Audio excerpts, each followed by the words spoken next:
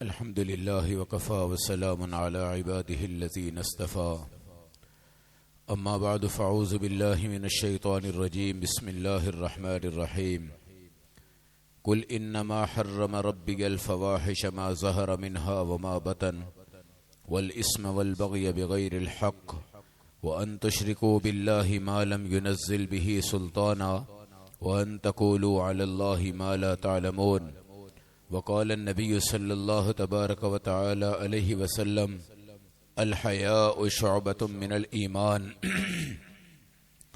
وقال النبي صلى الله تبارك وتعالى عليه وسلم الإيمان بضع وستون شعبة والحياء من الإيمان أو كما قال النبي عليه الصلاة والسلام صدق الله مولانا العظيم وصدق رسوله النبي الكريم ونحن على ذلك لمن الشاهدين والشاكرين والحمد لله رب العالمين اللهم صل على محمد وعلى آل محمد كما صليت على إبراهيم وعلى آل إبراهيم إنك حميد مجيد اللهم بارك على محمد وعلى آل محمد كما باركت على إبراهيم وعلى آل إبراهيم إنك حميد مجيد. میرے محترم بھائیوں، دوستوں، بزرگوں، نبی پاک صلی اللہ علیہ وسلم کی صفات مبارکہ اور امت ان صفات پر جب چلتی ہے تو اللہ رسول پاک علیہ السلام کے نور نبوت سے امت کے گھرانے، خاندان، معاشرہ، پوری کائنات کو منور فرما دیتے ہیں. اللہ کے نبی علیہ السلام کا علم، آپ کی عبادت اور آپ کی زندگی کی صفات ایسی نہیں ہیں جن کو ہم پڑھتے جائیں، ایک کان سے سنتے جائیں، دوسرے کان سے نکالتے جائیں.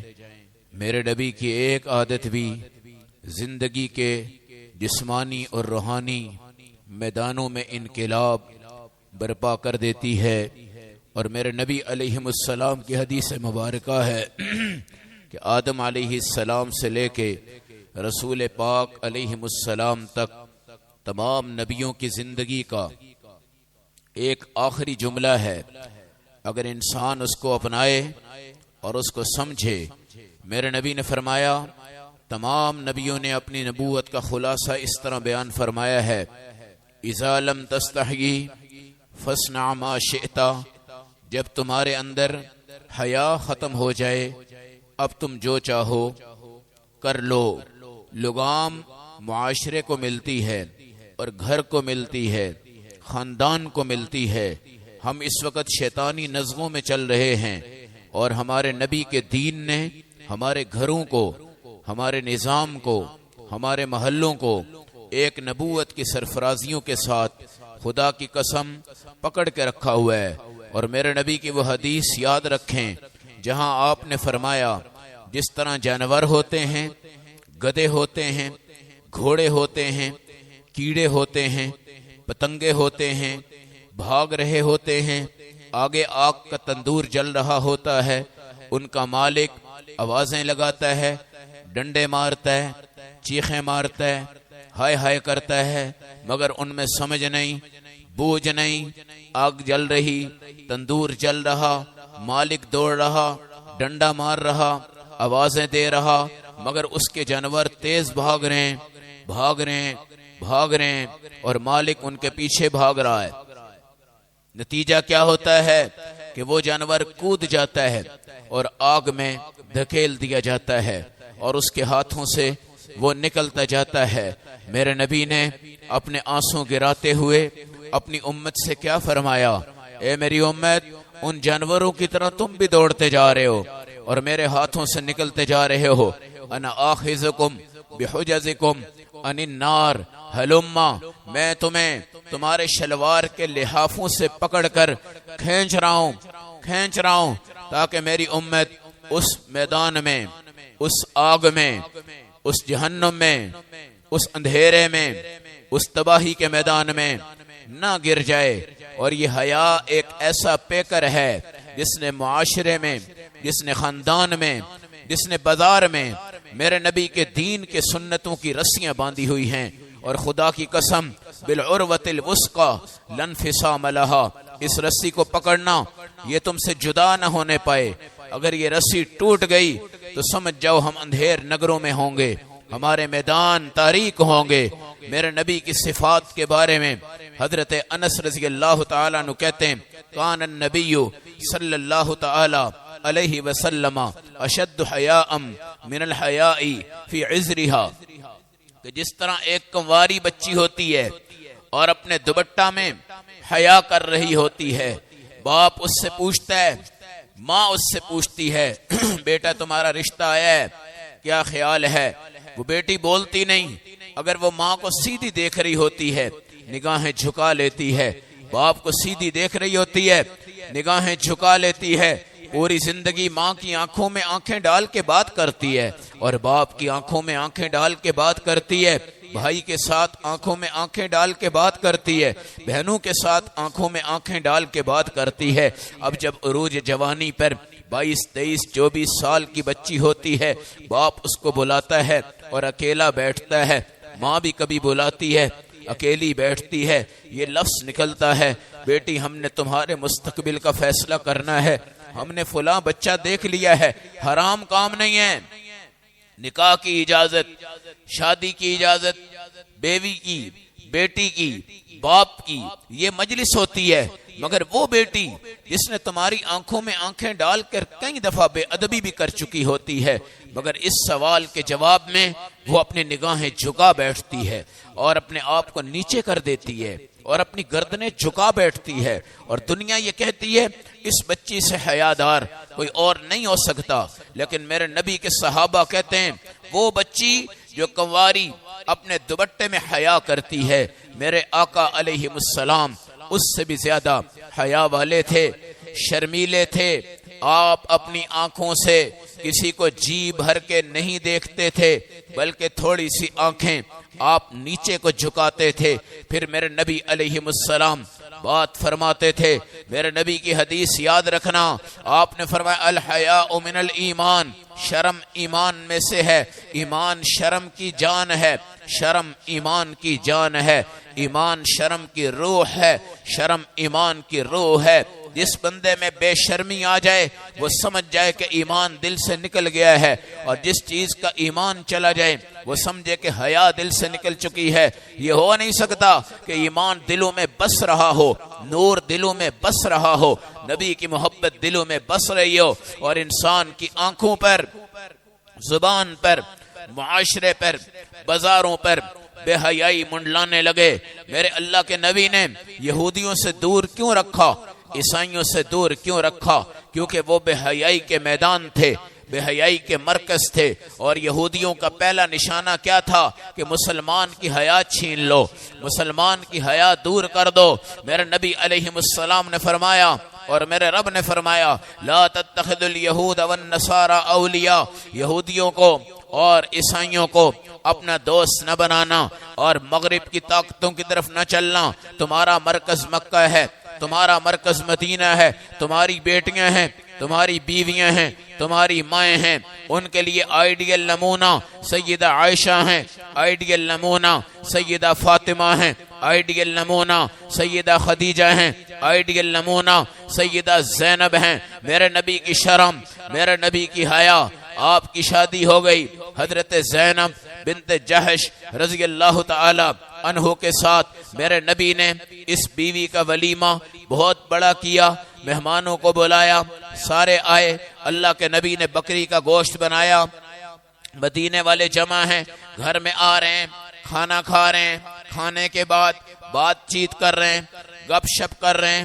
نبی چاہتے تھے کہ میں اپنی بیوی کے پاس جاؤں، سلام کروں، ملاقات کروں، مگر وہ مہمان اٹھ نہیں رہے تھے، آپس میں باتیں کر رہے ہیں، لیکن نبی ان کو کہنے سے شرما رہے ہیں کہ میں کیسے ان کو کہوں، چلے جاؤ۔ حضور پاک کبھی ایک بیوی کے حجرہ پر، کبھی دوسری بیوی کے حجرہ پر، کبھی تیسری بیوی کے حجرے پر، کبھی حضرت زینب کے قریب حجرے پہ جانے لگتے، مگر مہمان سامنے ہوتے آپ اندر نہ جا پاتے مگر مہمان گپ ٹپ لگا رہے ہیں. میرے اللہ نے قرآن اتارا, یا ایھا الذین آمنوا لا تدخلوا بیوت النبی الا ان یؤذن لکم الى طعام غیر ناظرین اناء ولکن اذا دعیتم فادخلوا فاذا طعمتم فانتشروا ولا مستأنسین لحدیث ان ذلکم کان یؤذی النبی فیستحیی منکم واللہ لا یستحیی من الحق واذا سألتموہن متاعا فاسألوہن من وراء حجاب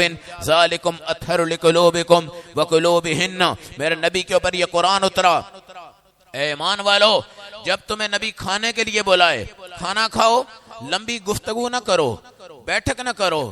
میرا نبی ہے, ان ذالکم کان یؤذی النبی, اس سے میرے نبی کو تکلیف ہو رہی ہے. فیستحیی منکم, مگر یہ شرمیلا ہے, یہ تم سے کچھ کہہ نہیں سکتا, لہذا تم چپ کر کے یہاں سے نکل جاؤ. واللہ لا یستحیی من الحق, مگر اللہ تو حق بات کو بیان کرتے ہیں. لہذا کھانا کھا لیا, فانتشروا, اب تم گھر سے چلے جاؤ, نبی کو تکلیف نہ دینا. وَإِذَا سَأَلْتُمُوهُنَّ مِنْ وَرَائِن, اور جب تم ان کی بیویوں سے کسی عورت سے سوال کرنے لگو, فَاسْأَلُوهُنَّ مِنْ وَرَاءِ حِجَابٍ, پردے کے پیچھے سے بات کرنا, بیوی کے علاوہ, بیٹی کے علاوہ, ماں کے علاوہ, پھوپھی کے علاوہ, نانی کے علاوہ, دادی کے علاوہ, نواسی کے علاوہ, پوتی کے علاوہ, بہن کے علاوہ, دنیا کی کوئی بھی عورت, فَاسْأَلُوهُنَّ مِنْ وَرَاءِ حِجَابٍ, آؤ پردے کے پیچھے سے بات کرو,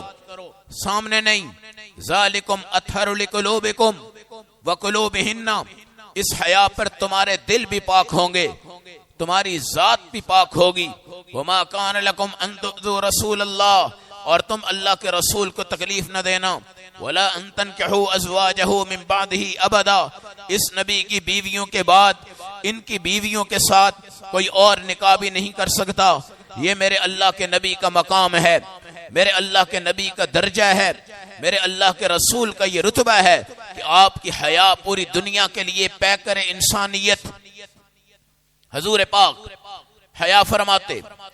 ایک صحابی آیا, زردی لگی ہوئی, تھوڑے سے کپڑے گندے, میرے نبی نے اس کو کچھ نہیں کہا, چلا گیا. میرے نبی نے فرمایا, بھائی میں اس کو منع کرنا چاہتا تھا مگر یہ بیچارہ ناراض ہو جاتا, مجھے شرم آ گئی, تم جا کے اس کو بتا دینا کہ بھائی کپڑے اتارو, کہیں بازار میں کھڑا کر کر تمہارے اوپر کوئی بندہ اعتراض نہ کرے. میرے نبی جب کسی مجلس میں آتے, میرے نبی فرماتے, خبردار کسی کی غلط بات میرے کانوں میں نہ ڈالنا, میں چاہتا ہوں صاف بن کے مجلس میں آیا ہوں, صاف بن کے مجلس سے چلا جاؤں. ایک شادی پہ ہمارا مجمع جاتا ہے, واپس آ کر ہمارے گھر کے اندر خدا کی قسم ہزاروں باتیں ہوتی ہیں, ہزاروں غیبتیں ہوتی ہیں, ہزاروں خرافات ہوتے ہیں, ہزاروں اختلافات ہو جاتے ہیں, اور بندہ یہ سمجھتا ہے کہ میں اس کی غیبت کر لوں, اس کے کھانے میں آئے, اس کی ذات میں آئے, ان کے صفات میں آئے, ان تمام چیزوں میں آئے. لیکن میرے نبی نے فرمایا, میں صاف بن کے مجلس میں آیا ہوں, میں صاف بن کے مجلس سے جاؤں گا. میں کسی کی بات دل میں پوری رکھ کے نہیں جا سکتا, میں اپنے دل میں کینہ نہیں رکھ کے جا سکتا, میں اپنے دل میں بغض نہیں رکھ سکتا. تو میرے نبی صاف دل سے آتے, میرے نبی صاف دل سے واپس جاتے. میرے نبی کسی کی ذات کے خلاف کوئی بات اپنے ذہن میں نہیں رکھتے تھے. میرے نبی علیہ السلام کسی پر کوئی عیب نہیں نکالتے تھے. ایک جوان آدمی کھڑا ہے, حضرت عمر کا دور ہے, مسجد میں نماز ہو رہی, عورتیں بھی نماز پڑھنے آتی, مرد بھی نماز پڑھنے آتے. ایک لڑکا ایک نوجوان لڑکی کو چھیڑتا تھا, راستہ روکتا تھا. ایک دن اس بچی نے کہا, تو بتا کیا چاہتا ہے؟ کہنے لگا, میں تیرے ساتھ تعلق بھی رکھنا چاہتا ہوں, تجھے دیکھنا بھی چاہتا ہوں. اس نے کہا, تو ایسا کر, میری ایک شرط ہے, اس کو پورا کر لینا, میں تیری ساری باتیں مان لوں گی, چاہے وہ جائز ہو چاہے ناجائز ہو. اس لڑکے نے کہا, تیری میں تمام شرطیں مانوں گا, تو مجھے بتا کیا چاہتی ہے. اس نے کہا, 40 دن فجر کی نماز حضرت عمر فاروق رضی اللہ تعالیٰ عنہ کے پیچھے پڑنا، پھر میں تیری ہر بات پر میری بات قبول کر لوں گی۔ اس نے کہا میری شرط منظور ہے۔ ایک دن نماز پڑھی، دوسرے دن نماز پڑھی، تیسرے دن نماز پڑھی، 40 دن نماز پڑھی۔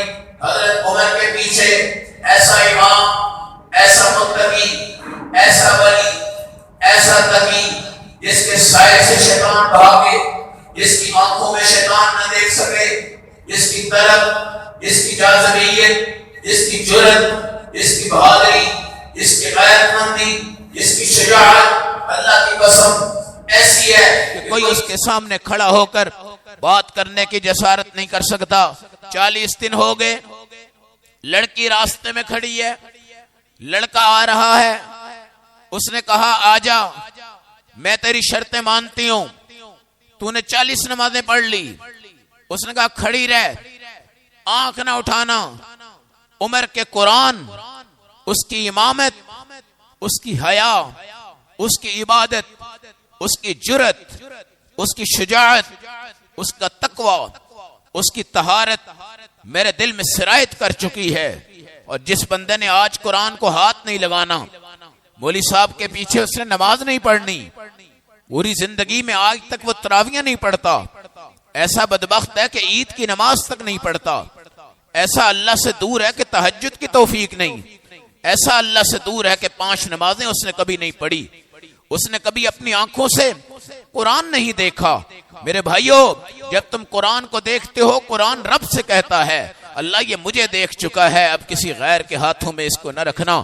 جب تم قرآن کو پڑھتے ہو، میرا قرآن رب سے کہتا ہے اللہ یہ قرآن کا قاری بن چکا ہے، اب اس کی حیا کا تقاضا پورا کر دیجئے گا، یہ کہیں بے حیائی کے اندر مبتلا نہ ہو جائے۔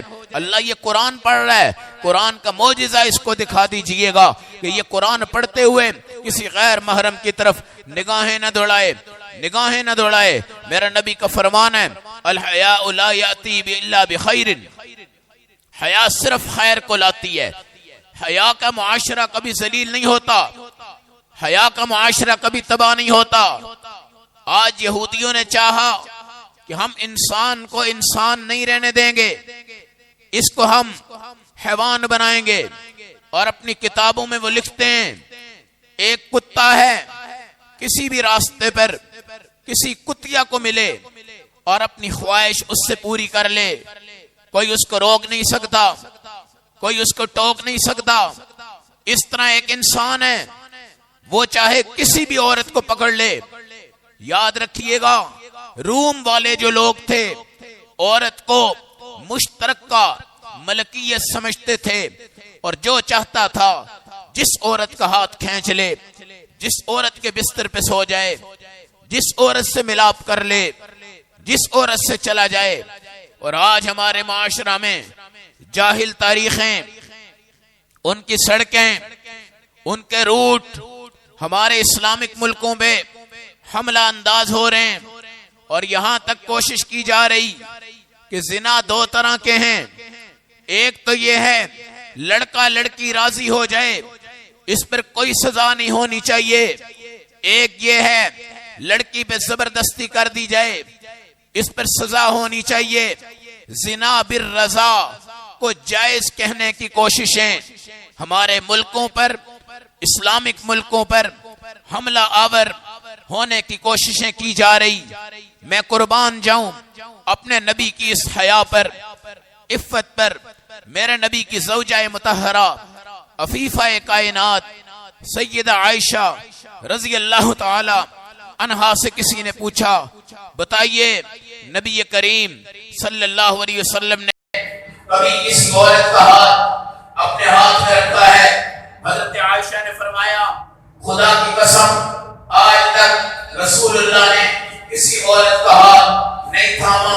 کپڑے کے پیچھے بیٹھی ہوئی ایک عورت اپنا ہاتھ آگے کر رہی کہ ہاتھ میں ہاتھ رکھ کے مجھے بیعت کر دیجئے۔ میرے نبی نے پوچھا یہ مرد ہے عورت ہے؟ کہا یا رسول اللہ میں عورت ہوں۔ میرے نبی نے فرمایا خدا کی قسم میں نے آج تک کسی عورت کے ساتھ ہاتھ نہیں ملایا، آج تک کسی غیر محرم عورت کے ساتھ میں نے مصافحہ نہیں کیا، آج تک کسی غیر محرم عورت کا میں نے چہرہ اس طرح نہیں دیکھا جو شریعت کی حدود سے باہر ہو۔ اللہ کے نبی پیروں کے پیر ہیں، اماموں کے امام ہیں، ولیوں کے استاد ہیں، نبیوں کے استاد ہیں، رسولوں کے استاد ہیں، زمین کی مخلوقات کے بھی امام ہیں، آسمان کی مخلوقات کے بھی امام ہیں، مگر میرے نبی نے کبھی بھی کسی عورت کو ہاتھ نہیں لگایا۔ کوئی پیر ہو، کوئی ولی بننے کے روپ میں آ جائے، کوئی بزرگ بننے کے روپ میں آ جائے اور اس کی حیا ختم ہو جائے اور عورتوں کے سر پر ہاتھوں پہ ہاتھ لے، سامنے بیٹھے اور ان کو دیکھے، ان کو دکھائے میرے نبی علیہ السلام کی سیرت مطہرہ کا پہلو اور آپ کی حیا مبارکہ کا پہلو یہ بتا رہے ہیں۔ اللہ کے نبی کی حیا دیکھنی ہو، آپ آ جاؤ۔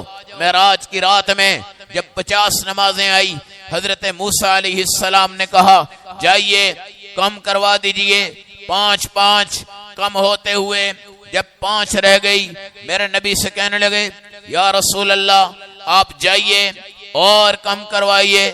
میرے نبی نے فرمایا مجھے شرم آتی ہے میں جاؤں کہیں یہ ساری کم نہ ہو جائیں، اس لیے میں اللہ سے خدا کے جو حقوق ہیں، نماز ہے، اس کو کم کروانا نہیں چاہتا، مجھے حیا آ رہی۔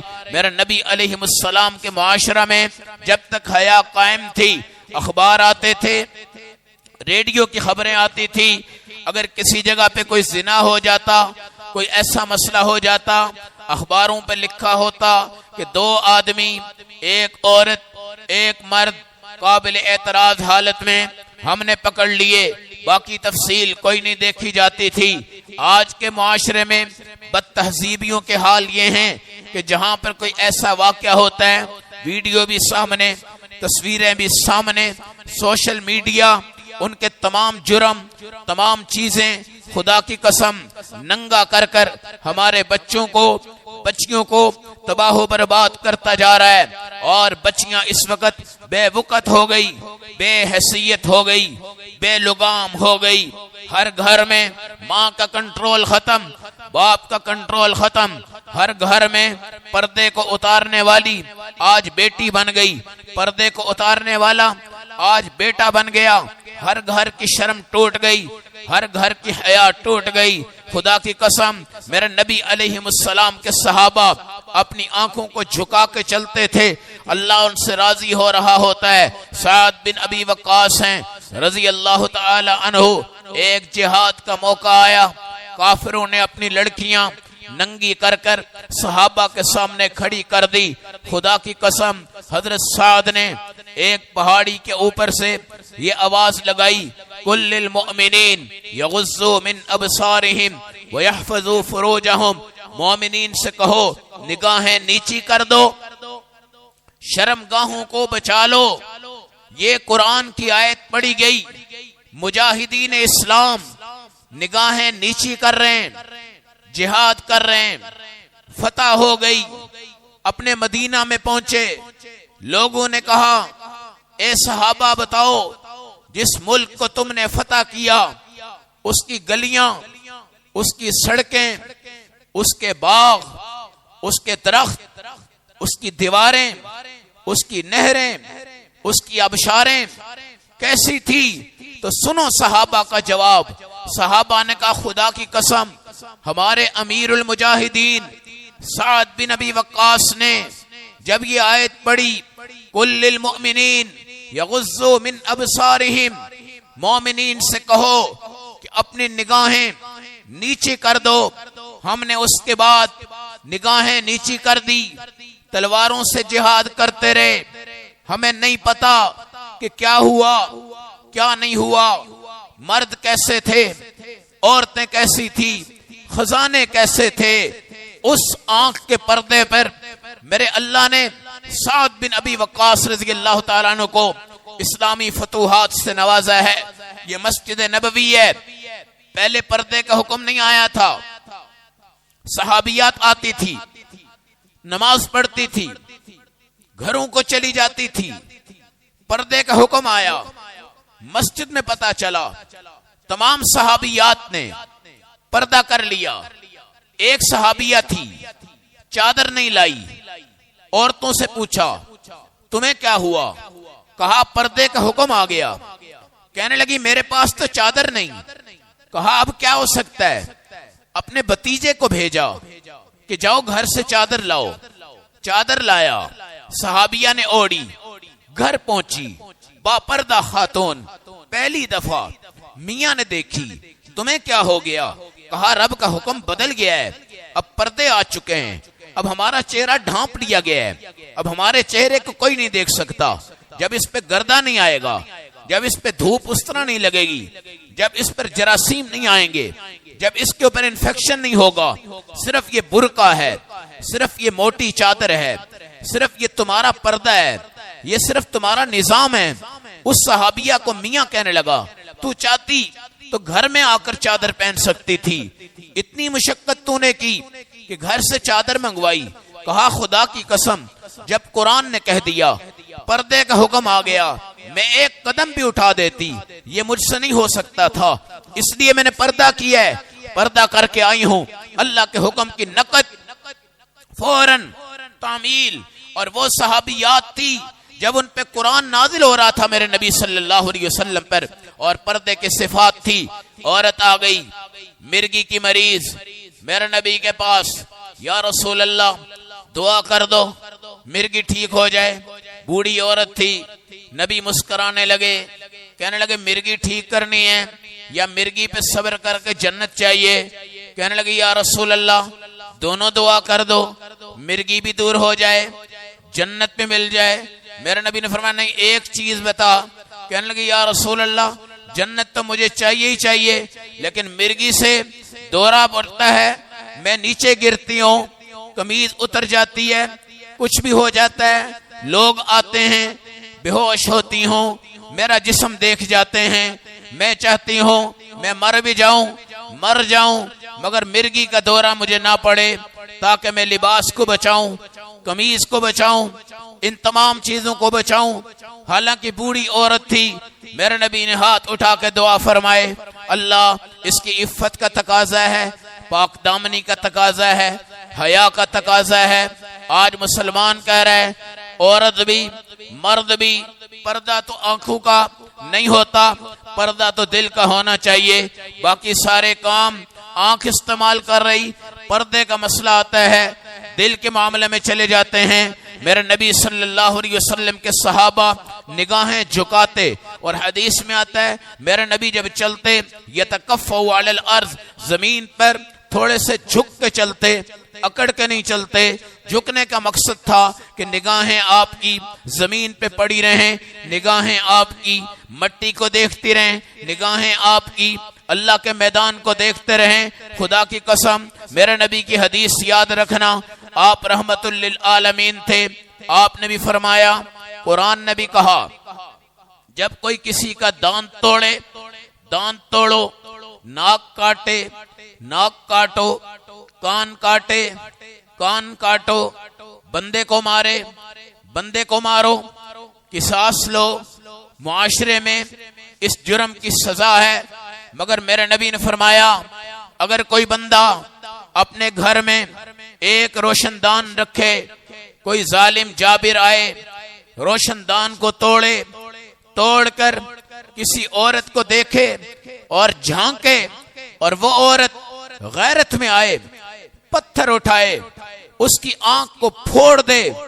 قرآن کہتا ہے والعین بالعین, آنکھ گئی ہے, تم بھی اس کی آنکھ نکالو. لیکن میرے نبی نے فرمایا میں بھی غیرت مند ہوں, میرا اللہ بھی غیرت مند ہے, میرے صحابہ بھی غیرت مند ہیں. اے میرے صحابہ, قرآن کہتا ہے آنکھ جائے تو تم بھی اس کی آنکھ ختم کر دو, مگر میں محمد تمہیں یہ فتویٰ دے رہا ہوں اپنی زبان مبارک سے حیا پیدا کرنے کے لیے, شرم کا دور لانے کے لیے, غیرت ایمانی کو پیدا کرنے کے لیے.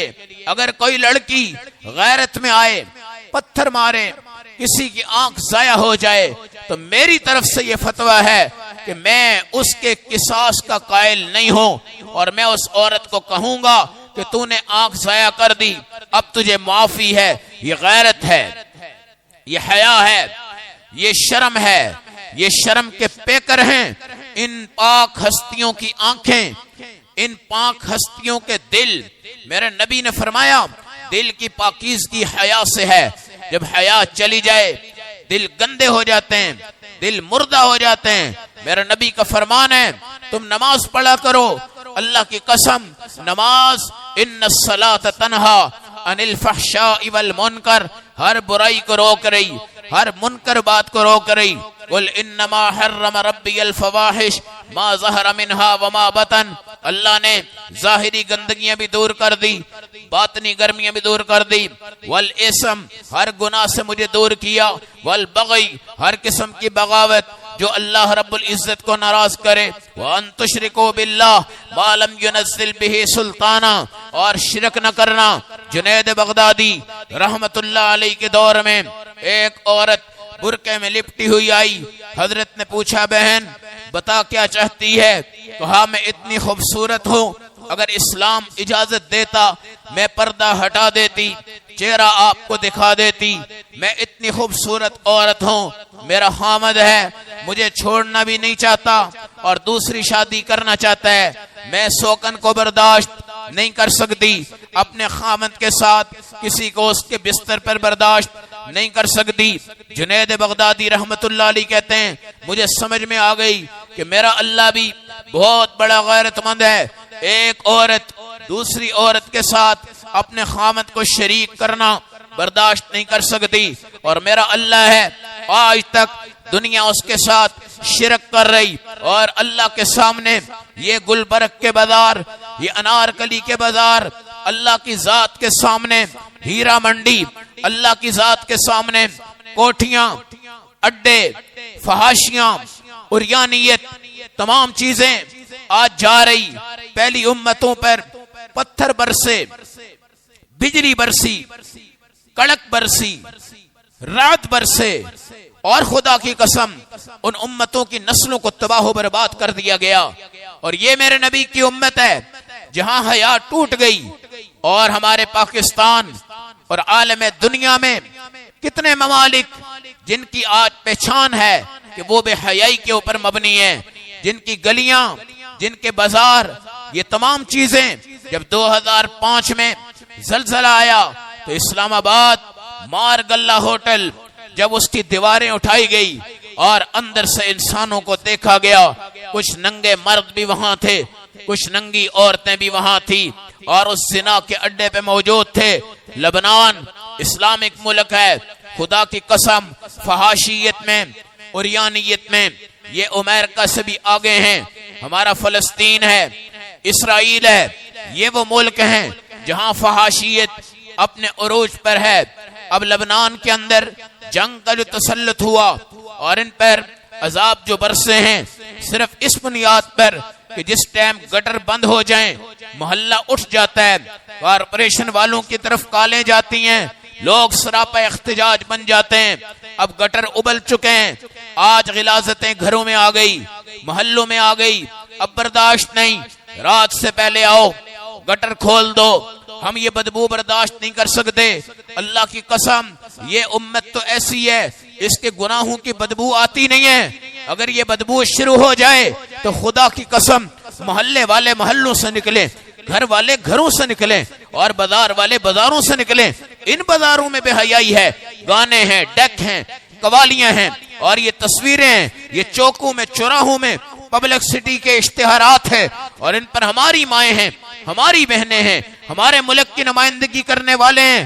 خدا کی قسم رابعہ بصریہ ہیں، بیٹھی ہوئی ہیں، ایک کمبل، ایک چادر، اسی پہ بیٹھتی، اسی پہ کھاتی، اسی پہ عبادت، اسی کو لے کے سو جاتی. اور جس ٹائم میرے اللہ نے اپنے دربار میں بلایا بیٹھ گئی، مسکرانے لگی، ہاتھ اٹھ گئے، کلمہ پڑھنے لگی. لوگوں کو بلایا، کہا دیکھو میں کلمہ پڑھ رہی ہوں، کلمہ سن لینا، کہیں میرا کلمہ غلط تو نہیں ہوا. کلمہ سنایا، مسکراتی ہوئی اللہ کو پیاری ہو گئی.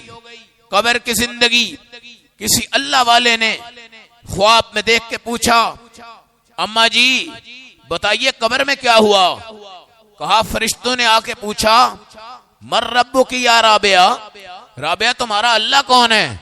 میں سیدھی ہو کر تھوڑی سی اکڑ کے بیٹھی اور میں نے ان کو کہا میری تمام زندگی اللہ کے نام پہ رہی، عبادت پہ رہی، رسول کے نام پہ رہی، شادی نہیں کی، بچہ کوئی نہیں، بچی کوئی نہیں، سسرال کوئی نہیں، داماد کوئی نہیں، نواسا کوئی نہیں، نواسی کوئی نہیں، اوتا کوئی نہیں، پوتی کوئی نہیں، میں نے تو صرف اللہ اللہ اللہ اللہ کرتے ہوئے زندگی گزاری ہے۔ تمہارا کیا مطلب ہے؟ پوری زمینوں پہ اللہ اللہ کرنے والی 6 فٹ زمین میں آ کے اللہ کو بھول سکتی ہے؟ یہ کہا اور میرے اللہ نے میری جنت کا فیصلہ کر دیا۔ اللہ والے نے پوچھا اماں جی وہ جو کمل تھا جو تمہاری زندگی میں تمہارے ساتھ رہا ہے وہ کہاں گیا ہے؟ تو اماں جی نے کہا میرے اللہ کی طرف سے حکم آیا ہے کہ جاؤ اس کا کمل عرش کے اوپر کھڑا کر دو، اور قیامت کے دن رابعہ کی نیکیاں جب تولیں گی تو اس کا وہ نیکیوں والا کمبل میرا اللہ وہ بھی تولے گا۔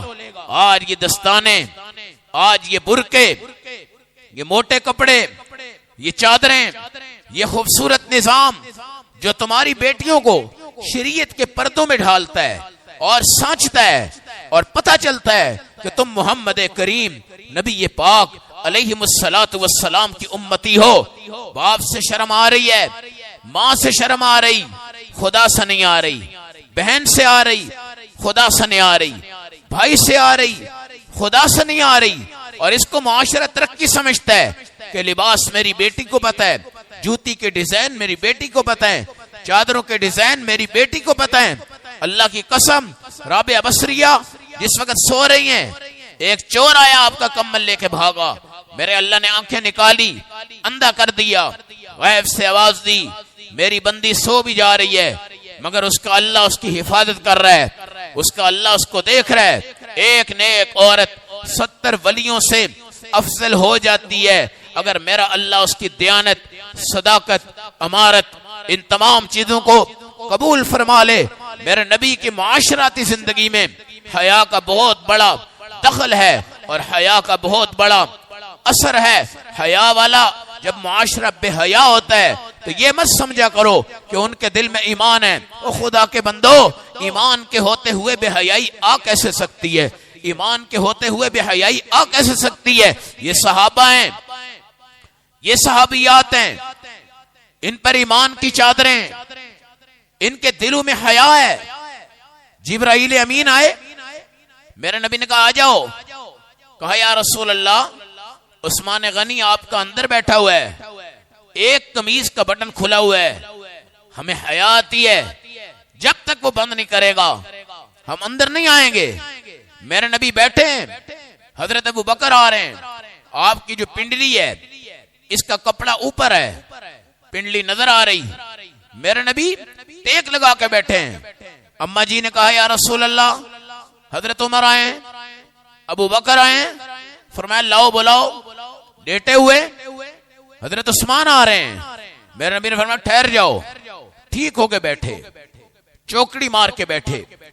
پنڈلی کا جو کپڑا ہے یہ مرد کا ستر نہیں ہے، اگر یہ ننگی بھی رہے تو اس کا ڈھانپنا کچھ فرض نہیں ہے، لیکن میرے نبی نے اپنی پنڈلی مبارک کے جو کپڑا تھا اس کو نیچے کیا، ڈھانپا، بڑی تواضع کے ساتھ آپ بیٹھے۔ آپ نے فرمایا بلاؤ، عثمان کے سامنے محمد ایسے نہیں بیٹھ سکتا، اس سے تو فرشتے بھی حیا فرماتے ہیں۔ آج حیا کا جنازہ نکل گیا ہے، داڑھی رکھتے ہوئے شرم آتی ہے، شیو کرواتے ہوئے نہیں آ رہی، ٹوپی پہن لو بھائی مجھے شرم آتی ہے، اتار دو کوئی شرم نہیں، مسواک کرو شرم آتی ہے، لوگ کیا کہیں گے؟ صحابی بیٹھے ہیں، ایران کا بارڈر ہے، کسرا کا محل ہے، شاہی دربار ہے، کارپٹ ہے، قالین ہے، تختے ہیں، شاہی محل ہے، ہزاروں کی دنیا میں تعداد ہے، صحابی ہیں، لقمہ گرتا ہے نیچے سے اٹھاتے ہیں، صاف کرتے ہیں، منہ میں ڈالتے ہیں، دوسرے کہتے ہیں یار یہ اپنی جگہ پہ کرنا مگر یہ بادشاہ کا دربار ہے، وہ کیا سمجھے گا کہ یہ صحابی کیا کر رہا ہے اور وہ کیا کہے گا؟ یہ اتنے گئے گزرے ہیں کہ لقمے اٹھا کے کھا رہے ہیں، ان کو کھانے کو کچھ نہیں ملتا۔ اس نے کہا چھوڑ دو، اللہ کی قسم محمد عربی کی سنت کے ساتھ چل جانا مجھے دنیا و ما فیہا اور کیسر و کسرا کے خزانوں سے زیادہ عزیز ہے۔ میں کیا جانوں یہ بادشاہ کیا ہے، اور میں کیا جانوں یہ کسرا کیا ہے، اور میں کیا جانوں یہ کیسر کیا ہے۔ وہی وقت تو آیا نا، کسرا بھی گیا، کیسر بھی گیا۔ اذا ہلک کسرا فلا کسرا بعدہ وَإِذَا هَلَكَ قَيْصَرَ فَلَا قَيْصَرَ بَعْدَهُ۔ کسرا جائے گا تو آئندہ کوئی نہیں آئے گا، کیسر جائے گا تو آئندہ کوئی نہیں آئے گا۔ لَتُنْفِقُنَّ كُنُوزَهُمَا فِي سَبِيلِ اللَّهِ، ان کے خزانے تمہارے ہاتھوں میں آئیں گے اور تم اللہ کے راستوں میں ان کو خرچ کرو گے۔ یہ حیا کی برکتیں تھی، حیا کی برکتیں تھی۔ حیا یہ نہیں ہے کہ آپ شرم کھا کے دین چھوڑ دیں، دین چھوڑ دیں۔ آج دین میں شرم کی جا رہی، داڑھی پہ شرم، ٹوپی پہ شرم، نماز پہ شرم، مسجد پہ جانے پہ شرم، ٹوپی پہننے پہ شرم، رومال پہننے پہ شرم، شرعی لباس پہننے پہ شرم۔ او خدا کے بندو، یہ نبی تمہیں ملا ہے، یہ نبی تمہیں ملا ہے۔ اللہ کے اس نبی کی سنت پر اگر تم تیل لگاتے ہو تو جنت، اس نبی کی سنت پر سرما لگاتے ہو تو جنت، اس نبی کی سنت پر کنگھی کرتے ہو تو جنت، اس نبی کی سنت پر صاف لباس پہنتے ہو تو جنت، اس نبی کی سنت پر روٹی کھاتے ہو تو جنت۔ اس نبی کے دین میں کس بات کی شرم ہے؟ یہ دین تھوڑا، اجر زیادہ، عمل تھوڑا، اجر زیادہ۔ ایک نقل جنت، ایک نقشہ جنت، ایک نبی کی سنت اس پہ جنت، ایک ایک طریقہ میرے نبی کا اس پہ جنت۔ اس لیے آج حیا پہ عمل نہیں ہو رہا۔ بے حیائی نے گھر کے کرتوت کالے کر دیے، اور آج اکثر بچیوں کا رشتہ صرف اس لیے نہیں کہ ان کی بچی فیشن کرتی ہے، ان کی بچی برقع نہیں پہنتی، ان کی بیٹی نماز نہیں پڑھتی، ان کی بیٹی ڈرامے دیکھتی ہے، ان کی بیٹی کے ہاتھ میں ٹچ موبائل ہے، ان کی بیٹی کے ہاتھ میں فیس بک ہے، ان کی بیٹی کے ہاتھ میں یوٹیوب ہے، ان کے گھروں میں ایل سی ڈی ہے، ان کے گھروں میں فلمیں ہیں، ان کے گھروں میں مووی ہے۔ آؤ صحابہ اکرام کے در پر، اما عائشہ کے حجرے پر، خدا کی قسم موٹا گدا نہیں، موٹا تکیہ نہیں، رنگ برنگے برتن نہیں، کوئی ریڈیو نہیں، کوئی ٹیپ نہیں، کوئی کیسٹ نہیں، غلط قسم کے اشعار نہیں، مصلی ہے، سونے کا گزارا لائق بستر ہے، پینے کا ہلکا سا پیالہ ہے، ایک پلیٹ ہے، گھر میں رکھی ہے، آیا تو کھایا، نہیں آیا تو فکر نہیں، آیا تو پہن لیا، نہیں آیا تو پرانے پہ گزارا۔ یہ زندگی گزار گزار کے آسمانوں سے سلام آئے، زمینوں سے سلام آئے، فرشتوں کے سلام آئے، جنت کے اعلان آئے۔ خدا کی قسم ان کی حیا، قرآن نے کیا کہا؟ ازواجہ امہاتہم، یہ ساری بیویاں تمہاری مائیں ہیں، اور جن ماؤں کے قدموں کے نیچے جنت ہے۔ آج ایک ناچنے والی، گانا گانے والی، فحاشی والی اور یانیت والی بیٹے کو یہ کہہ دے کہ میرے قدموں کے نیچے جنت ہے، پہلے خود جائے گی تو قدموں کے نیچے جنت ہوگی نا۔ اگر معاشرے کو وہ تباہ کر گئی، برباد کر گئی، تو اللہ کی قسم، اس لیے میرے نبی کی حدیث ہے، الایمان بضع و ستون شعبہ، ایمان کے 70 سے زیادہ شعبے ہیں، لیکن والحیاء من الایمان، ان سب سے ایک الگ شعبہ ہے جو اہمیت کا حامل ہے، اور وہ انسان کی حیا ہے۔ نگاہ جھک جائے، شرمگاہ بچ جائے، محرم رشتوں کا تقدس ذہن میں رہے، غیر محرم رشتوں کو زہر کی گولی سمجھا جائے، بجلی کا کرنٹ سمجھا جائے، دشمن کی چال سمجھی جائے، سانپ کا ڈنگ سمجھا جائے، اژدہا کا خطرہ سمجھا جائے۔ شیر چیتوں جیسے حملہ آور جو ہوتے ہیں، شیر جاتا ہے، حملہ کرتا ہے، زندگی جاتی ہے، عورت آتی ہے، حملہ کرتی ہے، ایمان جاتا ہے، گولی لگتی ہے، شہادت ملتی ہے، عورت کی نگاہ کا تیر لگتا ہے، کفر ملتا ہے، ایٹم بم پھٹ جاتا ہے، لاکھوں شہید ہو جاتے ہیں، مگر عریانیت کے ملک کے باشندے بنتے ہو، ایٹم بم سے تمہاری جان بھی جاتی ہے، مگر ان کے باشندے بننے سے تمہارا ایمان چلا جاتا ہے۔ چوکوں میں، چوراہوں میں کون کنٹرول کر سکتا ہے؟ ہمارے وزیر، ہمارے ممبر، ہمارے تمام اسمبلیوں کے ممبران، ان کی حالات دیکھتے ہوئے آج کتنا عرصہ گزر گیا ہے، کیا ان سے حیا کی توقع ہو سکتی ہے؟ حیا کی وجہ سے معاشرہ گیا، عقلیں گئی، بندے پاگل ہو چکے ہیں، ماں کا کسی کو پتہ نہیں، سکی بہن کی عظمت کا پتہ نہیں۔ اللہ کی قسم، یہاں پر سلطان صلاح الدین محمد بن قاسم اور سلطان شمس الدین التمش جیسے لوگ آپ کو بتاتے ہیں کہ ان کی غیرت، ان کی حیا، ان کا تقاضا ایک بچی کی عزت دری اور اس کی عفت پر حملے کے لیے جس وقت ظالموں نے اپنے قدم اٹھائے تو وہاں سے محمد بن قاسم نکلتا ہے اور پوری دنیا میں علم جہاد کو بلند کرتا ہے۔ آج بھی تمہاری بیٹیاں، ہماری بیٹیاں عفت و پاک دامنی کا مظہر ہیں، یہ برکتیں بھی جہاد اسلامی کی ہیں اور رسول پاک کے دین کی ہیں۔ اگر یہ دین ضائع ہو جاتا ہے تو بچیاں بے قدر، گھر بے قدر اور فحاشی کا اڈا یہ گھر بنا دیا جاتا ہے، اور اس وجہ سے آج ہماری بیٹیوں کے رشتے نہیں، رشتے ہو جاتے ہیں طلاق، موبائل آ جاتے ہیں شک آتا ہے، پھر طلاق، پھر طلاق، پھر طلاق، اور یہ معاشرہ دیمک کی طرح ہمارا چاٹ دیا گیا ہے۔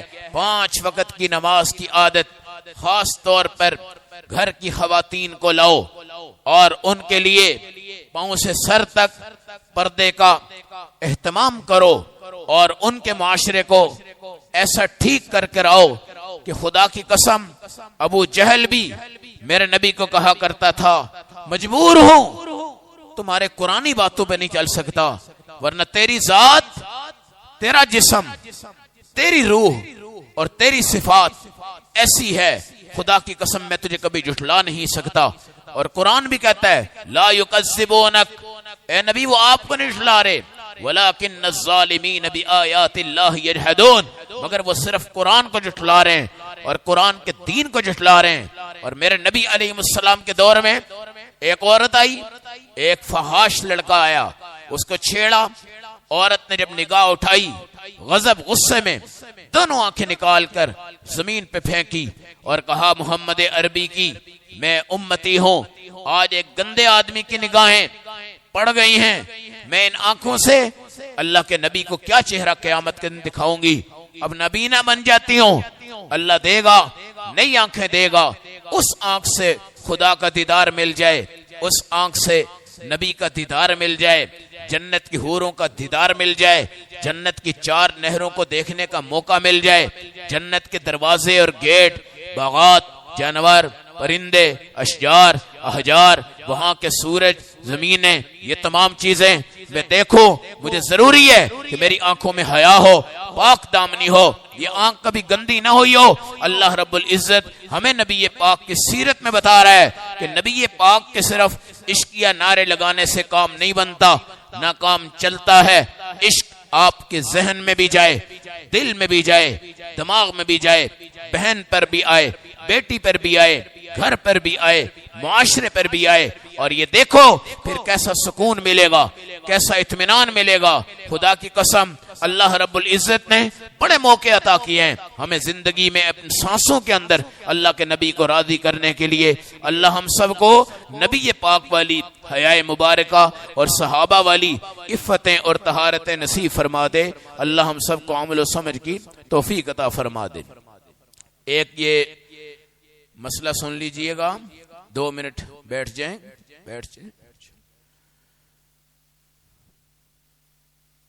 میت کی چارپائی کے پاس دعا کرنا، یاد رکھیں نماز جنازہ پہلا عمل ہے جو مرنے کے بعد اس کے لیے کیا جاتا ہے، اور یہ جو نماز ہے یہ نماز نہیں ہے، اس میں رکوع بھی نہیں اور سجدہ بھی نہیں. یہ نماز جو ہے صرف میت کی عظمت کی وجہ سے اس کا نام رکھا جاتا ہے صلاۃ الجنازہ، ورنہ صلاۃ کے کئی مطلب ہیں اور ایک مطلب ہے دعائے جنازہ. ہم نماز جنازہ میں جو پڑھتے ہیں وہ دعائیں ہیں، ثنا پڑھتے ہیں، درود پڑھتے ہیں اور اللہم اغفر لحینا و میتنا کی دعائیں پڑھتے ہیں. اکثر لوگ اس چیز کو، بلکہ ایک ساتھی میت تھی، ہم بھی جنازے میں تھے، وہ میرا خیال ہے یہاں سے لے کے یہ جو مسجد کے باہر گیٹ ہے اتنی دور تک جنازے کو لے جانے میں 1 گھنٹہ انہوں نے لگایا ہے. کیا کیا؟ چارپائی اٹھائی، اگلی صف پہ رکھی اور وہاں پہ بھی دعائیں، پھر اگلی پہ رکھی، وہاں پہ دعائیں، پھر واپس لے آئیں، اس جگہ پہ واپس لے آئیں. کہا یہ کیا مسئلہ ہے؟ کہنے لگے جی 7 چکر لگانے ہیں، یہاں سے وہاں، وہاں سے یہاں، یہاں سے وہاں، وہاں سے یہاں. کیا کرنا ہے؟ دعا کرنی ہے. میرے بھائی نبی کے طریقے سے مت ہٹنا. میت جس ٹائم دنیا سے چلی جائے، جنازہ سے پہلے غسل، تجہیز، تکفین، پھر آپ اس کی نماز جنازہ کا یہ پہلا عمل ہے جو میت کے لیے ہمارے نبی کی سنت ہے. نماز جنازہ ہم کہتے ہیں، ورنہ اس کا مطلب ہوتا ہے دعائے جنازہ. چارپائی ہو، اس کے پاس آپ کھڑے ہیں، نماز پڑھ لی، بس اس کے بعد کوئی دعا ہمارے نبی سے اس چارپائی پہ ثابت نہیں ہے. یہ دعا آپ نے کرنی ہے اگلی قبرستان میں جا کے، اور وہاں جتنی مرضی کریں. اور جو بیٹے ہیں، رشتہ دار ہیں، ان کو تو میرے نبی نے فرمایا اتنی دیر رکو، اونٹ ذبح کر کے گوشت بانٹ دیا جائے، اس ٹائم تک اپنے باپ کی، ماں کی، بہن کی، بھائی کی، بیٹے کی، دوست کی قبر پہ بیٹھو تاکہ تم دعا کرتے جاؤ اور اس کے اندر حساب بھی کیا ہوتے رہیں، آسان ہوتے رہیں. تو سمجھیں 2 دعائیں ہیں، ایک نماز جنازہ والی اور ایک قبرستان میں. یہ بیچ میں جو ہے نا سلسلہ، یہ سارا کا سارا ہمارے نبی صلی اللہ علیہ وسلم کے طریقے سے کہیں بھی ثابت نہیں ہے. اللہ ہم سب کو عمل کی توفیق عطا فرمائے.